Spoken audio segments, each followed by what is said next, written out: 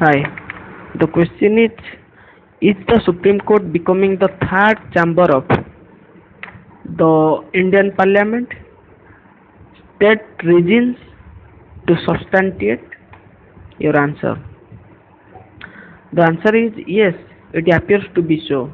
The proposition that judiciary is emerging as the third chamber of Indian Parliament evokes concern as it indicates the apparent breach of constitutional separation of powers.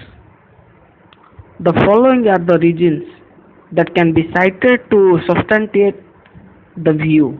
The first point is in Supreme Court Advocates on Records versus Union of India 2015.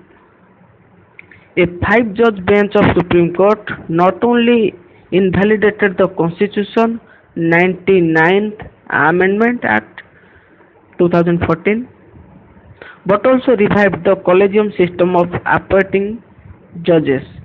While it is constitutional on the court to declare an amendment null and void, whether it has the power to revive a repealed provision is debatable, as it amounts to re-legislation which may not be in the domain of the judiciary. And the second point is the invocation of substantive due process principle to invalidate statutory provisions become controversial, with some breaches of the Supreme Court themselves expressing the contrary view on the ground that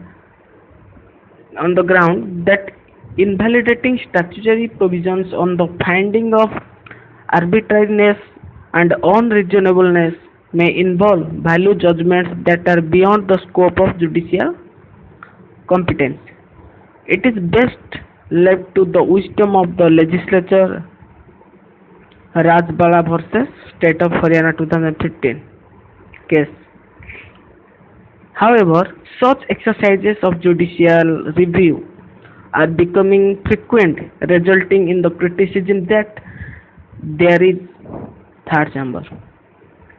The third point is, similarly, there is an increasing tendency on the part of judiciary to enter into the domain of legislation, as courts more often does not display reluctance in entertaining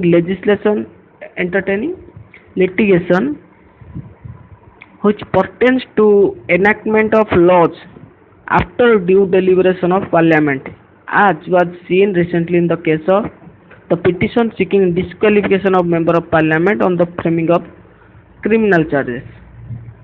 So at last I can say that it would be in the interest of the Constitution that judiciary may strive become the meaningful third pillar of the Constitution instead of becoming the third chamber of Indian Parliament.